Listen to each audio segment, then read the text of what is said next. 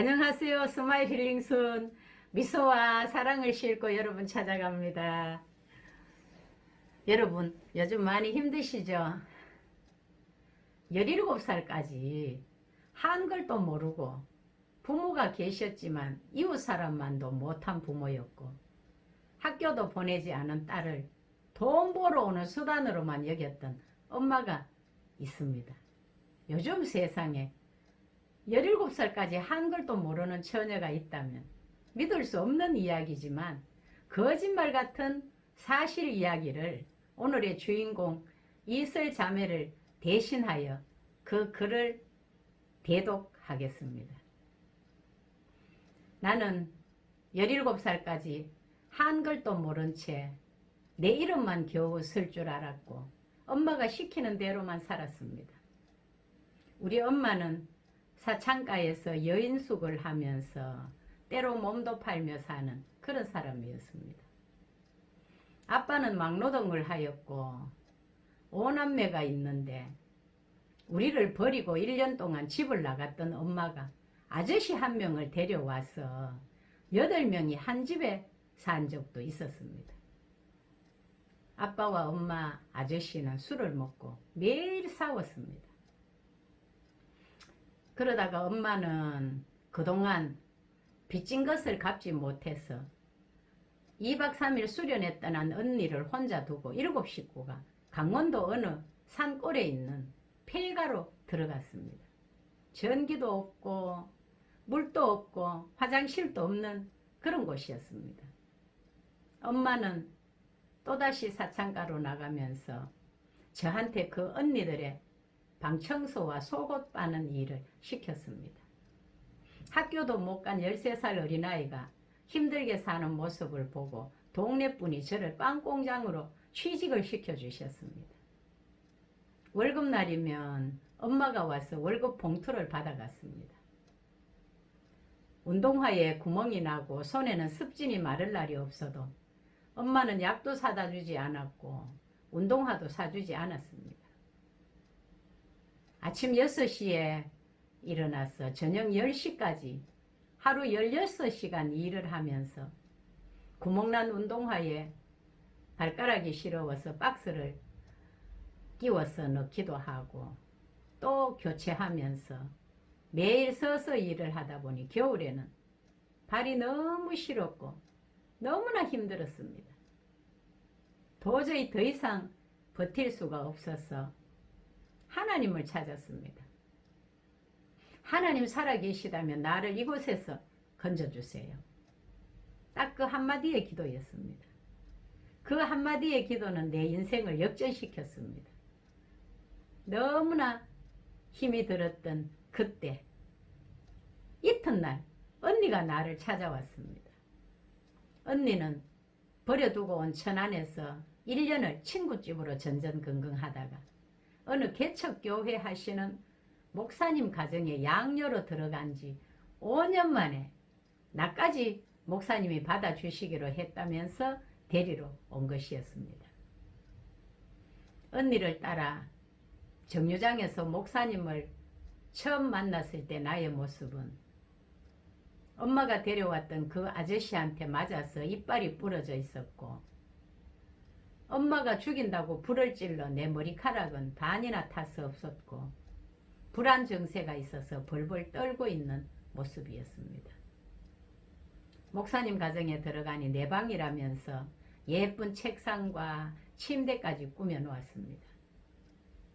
그런데 나는 만족을 모른 채 그동안의 상처와 고통이 너무 심해서 웃음을 잃었고 우울하고 불안한 증세가 심해서 정신병원에 가야 된다고 하였지만 목사님과 사모님과 언니가 품어주는 사랑을 받으며 3년 만에 완전히 회복되어 지금의 모습을 찾았습니다.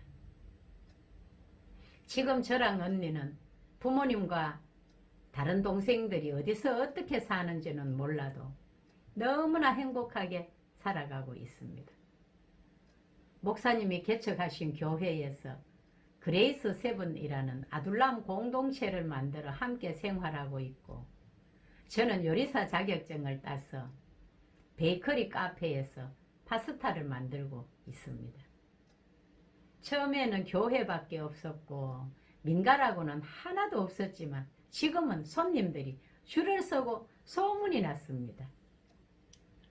그레이스 세븐 아둘람 공동체는 치료하고 회복하는 공간으로 사용되고 있습니다. 천안예술의 전당 인근에 땅을 매입하고 건물을 세워서 우리 공동체 식구들이 카페를 운영하고 있습니다. 강원도 빵 공장에서 구멍난 운동화를 신고 손에는 습진으로 고통을 겪으며 하루 16시간을 일의 노예가 되어 살았던 저에게 상상도 못할 인생 역전이 일어났습니다. 한글도 몰랐고 머리는 불에 타서 머리카락이 제대로 없었고 사람 대우를 받지 못하다가 사랑받고 사는 것이 너무나 행복합니다. 엄마가 술, 담배를 많이 해서 4살 때 급성췌장염으로 나는 수술을 했지만 관리를 못한 탓에 지금도 쓰러지기도 하고 영양흡수 장애로 먹어도 영양흡수가 안 되고 몸이 안 좋을 때는 어지러워서 일어나지도 못하고 호흡이 안 돼서 응급실로 가기도 하지만 나도 사랑받는 사람이구나. 사람 대우받고 사랑받고 사는 것이 너무나 행복합니다. 어려워하는 청소년, 극단적인 생각을 하는 사람에게 하고 싶은 말이 있습니다. 일찍 포기하지 말고 때를 기다리라는 말을 하고 싶습니다. 하나님이 손 내밀 때가 있으니 절대 포기하지 말고 한 번이라도 하나님을 찾아보세요. 나는 17살까지 한글도 몰랐지만 목사님 집에 살면서 기역 니은부터 배웠고 성경을 쓰게 하셔서 32살이 된 지금은 많은 것을 깨우치게 되었고 파스타를 잘 만드는 요리사가 되었답니다. 언니는 지금 목사님과 사역을 협력하기 위해 신학을 하고 전도사로 사역을 하고 있습니다. 우리 언니는 아이들을 긍휼히 여기는 마음이 어느 누구보다 강합니다. 민가라고는 없고 아이들이 한 명도 없는 가운데 직접 전도해서 지금은 300명의 청소년들이 생겼습니다. 가족 모두가 버리고 갔던 사춘기의 상처가 언니처럼 상처받고 삶의 무게가 힘든 청소년들에게 복음을 통해 치유하며 청소년들을 품고 있습니다. 예비의 내용은 천안 오병이어 교회 목사님께서 2 자매를 입양하여 인생 역전을 만들게 한 이은정 전도사와 그의 동생 이슬 자매의 성공 신화입니다. 사랑하는 여러분, 이 자매들보다 혹시 더 힘든 분이 누가 계시는지요?